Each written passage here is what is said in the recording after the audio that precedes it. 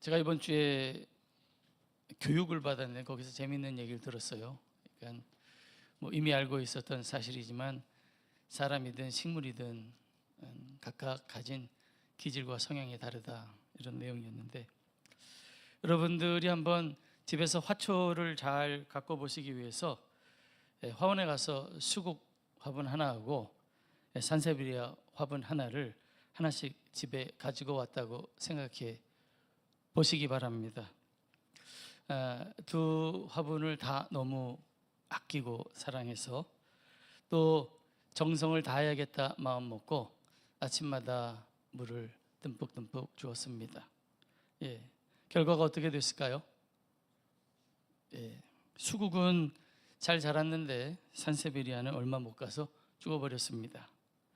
이유가 뭘까요? 사랑하는 마음이 부족했나요?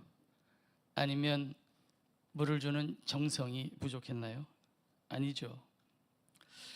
하나님이 지으실 때부터 두 화초의 기질이 달랐기 때문입니다. 어떤 화초는 물을 많이 머금어야 하지만 어떤 화초는 물을 많이 주면 오히려 해가 될 수도 있기 때문에, 수국은 물을 좋아하지만 산세베리아는 비교적 마른 땅에서 물이 적어야 사는 식물이기 때문이죠. 사람도 그렇다고 생각하죠. 우리가 다 기질이 다르다. 그래서 예전에는 혈액형으로 우리를 분류해 보려고 했습니다. 넌 O형이라 그래, 너는 A형이라 그래, 아유 B형은 원래 그래, 이렇게 사람을 분류해 보려고 했는데 여러 방법이 있는데 요즘 가장 유행하는 건 MBTI죠. 사람을 그렇게 분류하려고 하는 것도 우리가 다 서로 다르기 때문입니다. 그런데 아시죠? O형도 다 똑같은 거 아니고요, T도 다 똑같은 거 아니라는 사실. 제가 전에부터 말씀드렸습니다만 비슷한 사람은 있어도 똑같은 사람은 없습니다. 인류 역사상 이 지구에 전에도 후에도 이 나라는 존재는 단 하나뿐이에요. 그런 의미에서 우리 모두는 다 특별한 존재입니다. 하나님이 우리를 그렇게 지으셨다는 사실을 깨닫는 게 필요해요. 동화책의 제목에 그런 게 있죠. 너는 특별하단다. 그럼 우리가 다 그렇게 특별하게 지음을 받은 존재라는 사실을 깨닫고 받아들이는 게 우리 인생을 얼마나 건강하게 사는 비결인지 알아야 합니다. 성경 속에 등장하는 인물들도 그랬어요. 여러분, 요한복음을 쓴 사도 요한은 비교적 감성적인 사람이었던 것 같아요. 그래서 요한복음 안에서도 스스로를 예수님이 사랑하시는 그 제자, 그렇게 자신을 표현하면서 사실은 요한은 예수님이 어딜 가시든 항상 곁에 머물며 주님을 사랑했던 제자입니다. 그런데 이 사도 요한을 통해서 하나님께서 요한복음을 쓰게 하실 때 놀랍게도요, 요한과는 결이 정반대인 사람을 요한복음에서 꽤나 비중 있게 다루게 하시는데 그게 바로 도마입니다. 다른 복음서에는 도마가 이름만 등장해요. 12제자 중에 한 명으로. 그런데 유독 요한복음 안에서는 도마의 성장 과정, 변화의 과정을 비교적 상세하게 우리에게 보여줍니다. 오늘 우리가 주목하고 싶은 것은 믿음은 요한 같은 제자만 가질 수 있는 것이 아니라 도마 같은 사람도 가질 수 있다는 것을 한번 주목해 보기를 원합니다. 다소 회의적으로 보이고 현실주의자처럼 보이지만 도마가 어떻게 요한복음의 마지막에 이르러서 예수님을 나의 주, 나의 하나님이라고 고백할 수 있었는지 사도 요한의 시선으로 한번 살펴보려고 합니다. 잘 아시겠지만 사도 요한은 요한복음을 시작하면서 처음부터 태초에 말씀이 계셨고 그 말씀이 하나님이시고 그 말씀이 곧 육신이 되어 우리 가운데 거하시는 예수 그리스도시다, 이걸 고백한 사람이에요. 그런 사람의 눈으로 보았을 때 도마가 어떻게 보였을까요? 사도 요한을 통해 도마를 처음으로 주목하게 한 사건은 오늘 우리가 읽은 나사로가 병들었다는 전가를 받았을 때 일입니다. 죽은 나사로를 살리러 유대로 가시겠다고 예수님께서 말씀하셨을 때 제자들의 마음속에서 여러 생각이 들었을 거예요. 왜? 지금 그렇지 않아도 분위기가 살기 등등하고 사람들이 예수님을 돌로 쳐 죽이겠다고 그렇게 하는 상황에서 유대로 가면 분명 어려운 일을 만날 거라는 걸 다 알고 있었어요. 그런데 그때 도마가 나사로에게 가자라고 말씀하신 예수님 앞에 이렇게 이야기합니다. 오늘 말씀이죠. 우리도 주와 함께 죽으러 가자. 거기 가면 우리도 분명 죽을 게 뻔하지만 이왕에 주님 따라 나선 거 한번 가봅시다. 뭐 이런 뉘앙스가 느껴집니다. 충성의 모습은 있는데 아직 시선이 육신 그리고 그 죽음에 머물러 있다는 것을 드러내는 말이었어요. 여러분은 어떤 유형의 제자입니까? 한번 스스로 자신이 어떤 유형의 제자인지 한번 생각해 보세요. 나는 마음이 감동하면 머리와 관계없이 행동하는 사람인가? 아니면 나는 내 머리로 이해될 때까지는 움직이지 않는 사람인가? 어떤 사람이 더 좋고 어떤 사람은 나쁘다라고 말할 수 없습니다. 수국이 더 좋고 산세베리아는 나쁘다고 말할 수 없는 것과 똑같아요. 왜? 하나님이 각 사람을 그렇게 지으셨으니까요. 여러분, 하나님은 우리 각 사람을 다 여기에 부르신 줄 믿습니다. 다 여기에 부르셨다고요. 또 우리를 지으신 분이 우리 하나님이시기 때문에 하나님은 우리가 믿음을 받아들이는 방식도 믿음에 반응하는 방식도 다르다는 걸 너무 잘 아십니다. 그러니까 여러분, 내가 다른 사람과 다르다고 해서 염려하지 마세요. 괜찮습니다. 왜냐하면 주님은 우리 모두를 사랑하시고 우리를 구원에 이르기 원하시기 때문입니다. 그래서 요한뿐만 아니라 도마도 사랑하고 제자로 불러주신 거죠. 요한 같은 사람만 제자로 부른 게 아니라 도마도 부르시고 베드로도 부르시고 다 부르신 거예요. 그리고 요한복음을 통해서 요한의 눈으로는 도저히 이해가 되지 않을 법한 이 도마, 달라도 너무 다른 도마의 변화를 보게 하신 겁니다. 나중에 최후의 만찬을 가질 때 분위기는 사뭇 엄숙하고 숙연했어요. 성경은 뭐라고 이야기하냐? 마음에 근심했다 그랬습니다. 제자들이. 그 마음에 근심하고 있는 제자들에게 예수님께서 말씀하세요. 내가 가는 어디로 가는지 그 길을 너희가 아느니라. 내가 어디로 가는지 그 길을 너희가 아느니라고 합니다. 사실 좀 알아듣기 어려운 말이었어요. 보통 사람 같으면 이 분위기에 몰라도 그냥 입을 다물고 속으로 삭히고 있을 것 같은 상황인데 도마는 궁금한 건 못 참는 사람이에요. 14장 5절에 이렇게 묻습니다.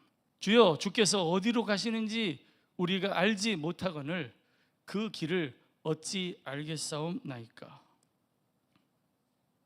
한 대 지어받고 싶나요? 그런데 이 도마의 질문 때문에 인류 역사상 가장 위대한 선언을 제자들이 듣게 되고 오늘 우리도 듣게 됩니다. 그게 14장 6절, 바로 이어서 예수님께서 하신 말씀이에요.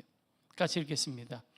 예수께서 이르시되 내가 곧 길이요 진리요 생명이니 나로 말미암지 않고는 아버지께로 올 자가 없느니라. 제가 생각해 봤을 때 도마만 궁금한 건 아니었을 것 같아요. 다른 사람들도 분명 궁금했을 텐데 묻지 못했죠. 근데 도마가 물었어요. 그래서 예수님께서 대답하시면서 길을 찾아? 내가 길이야. 진리와 생명의 길이 나야 라고 말씀하시는 거예요. 여러분 신앙생활 하시다 보면 우리도 질문이 생깁니다. 하나님은 정말 살아계신가? 왜 제 길은 이렇게 안 보이죠? 주님이 정말 길 맞습니까? 여러분 그 질문이 생길 때 그걸 죄스럽게 여기지 마시기 바랍니다. 부끄러워하지도 마세요. 바리새인처럼 아예 믿지 않으려고 작정을 하고 예수님께 짓궂은 난처한 질문을 하는 것은 문제지만 도마와 같이 정말 알고 싶어서 진솔하게 정직하게 묻는 것은 은혜의 시작이 될 수 있습니다. 주님은 우리의 진실한 질문을 싫어하지 않으십니다. 오히려 그 질문을 통해 주님께서 누구신지, 왜 길과 진리와 생명이 되시는지 우리에게 보여주실 줄 믿습니다. 시간이 지나서요, 예수님이 말씀하신 대로 십자가에서 죽으시고 말씀하신 대로 부활하셨어요. 부활하신 예수님께서 두려워하는 제자들에게 나타나셨는데 하필 그때 한 사람이 없어요. 누구죠? 도마가 없습니다. 예수님을 제일 봐야 할 도마가 그 자리에 없어요.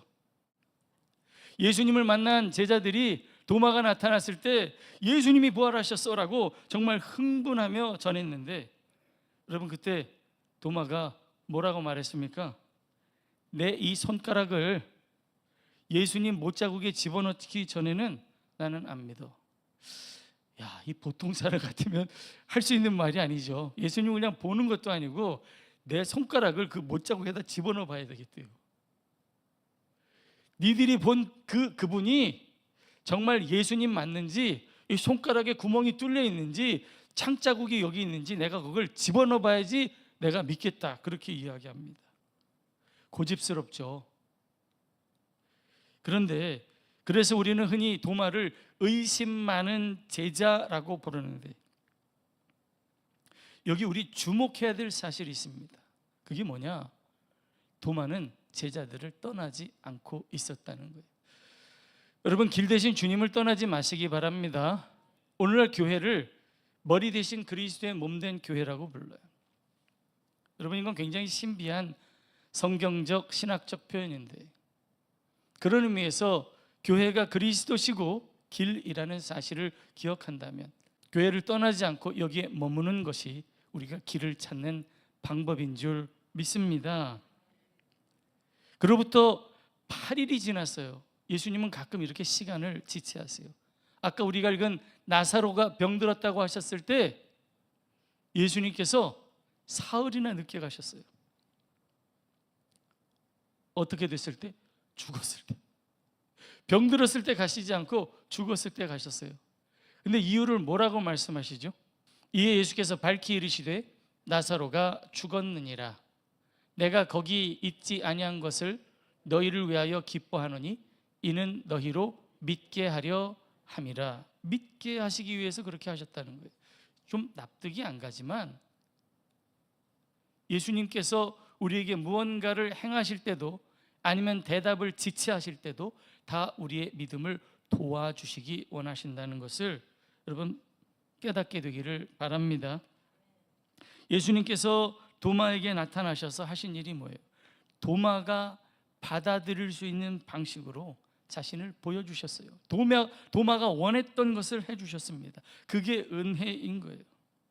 그러면서도 예수님은 도마를 향해 계속 그렇게 믿어라 라고 말씀하지 않으셨어요. 뭐라고 말씀하셨어요? 나는 너가 믿음이 없는 자가 되지 말고 믿는 자가 되기를 원한다. 보고 믿는 것도 귀하지만 보지 않고 믿는 건 더 귀하다. 이 말씀을 하시면서 못자국 창자국을 도마에게 보여주셨어요. 그러면서 이젠 너도 좀 믿자 하셨을 때 여러분 그때 그 순간 놀라운 은혜 역사가 일어났습니다. 도마가 무너진 거예요. 그때 여러분 이 순간을 우리가 다 경험하기를 바랍니다. 이미 경험하신 분들은 감사하시고 아직 내가 주님 앞에서 이 경험을 하지 못하신 분은 나도 주님 이 경험을 하기를 원합니다. 이게 무슨 경험이냐? 사도 요한이 일찍이 고백했던 것과 같이 마침내 도마도 예수님을 나의 주, 나의 하나님이라고 부른 겁니다. 하나님은 참 놀라우신 분이에요. 요한만 사랑하시는 것이 아니라 도마도 사랑하세요. 더 나아가서는 요한이 도마를 이해하게 하시고 도마도 요한을 이해하게 하시는 거죠. 왜냐하면 하나님 나라는 정말 각기 다른 성향과 기질을 가진 사람들이 주님의 사랑 안에서 어우러져 만들어진 생명의 정원 같은 곳이거든요. 요한만 아니라 도마도 사랑하신 예수님, 요한만 아니라 도마도 깨닫고 믿음에 이르기를 원하신 예수님, 예수님이 요한복음의 마지막 20장 30절 31절에 물론 뒤에도 이야기가 있습니다만 요한복음의 기록 목적을 이렇게 우리에게 말씀하세요. 예수께서 제자들 앞에서 이 책에 기록되지 아니한 다른 표적도 많이 행하셨으나 오직 이것을 기록함은 너희로 예수께서 하나님의 아들 그리스도이심을 믿게 하려 함이요 또 너희로 믿고 그 이름을 힘입어 생명을 얻게 하려 함이니라. 예수님께서 하신 일이 많은데 요한복음에 특별히 이것을 기록하게 하신 이유는 예수님을 믿게 하시려고, 예수님을 하나님의 아들이시고 그리스도이심을 믿게 하시려고, 그리고 믿고 생명을 얻게 하시려고 이 복음을 기록하셨다는 사실을 우리에게 보여주십니다. 제가 오늘 구체적으로 언급하지 않았지만 요한복음에는 또 한 사람의 특별한 사람을 언급하는데 그게 니고데모예요. 니고데모는 드러내놓고 예수님을 만나는 걸 두려워했어요. 그래서 밤중에 몰래 찾아와서 조심스럽게 질문하던 신중한 지성인이었습니다. 그런데 예수님께서는 그런 니고데모와 함께 밤이 새도록 말씀을 나누시면서 거듭남의 진리를 설명해 주셨어요.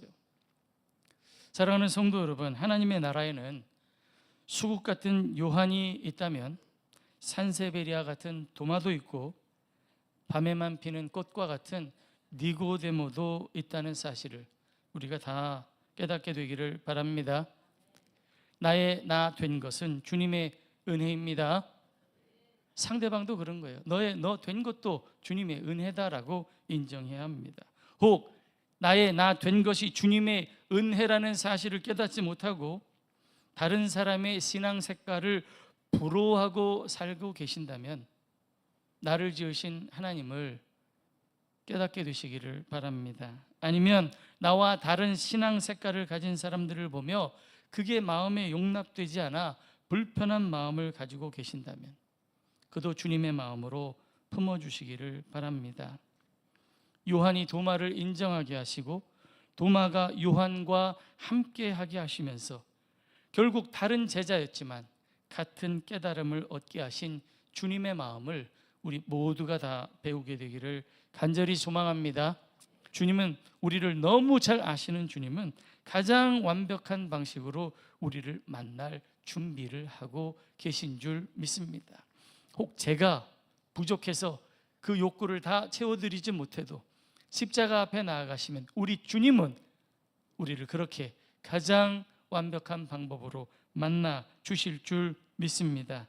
그래서 우리 모두가 이 십자가 앞에서 죽으시고 부활하신 예수님을 향해 나의 주님, 나의 하나님이라고 고백할 수 있는 믿음의 공동체가 되기를 간절히 소망합니다.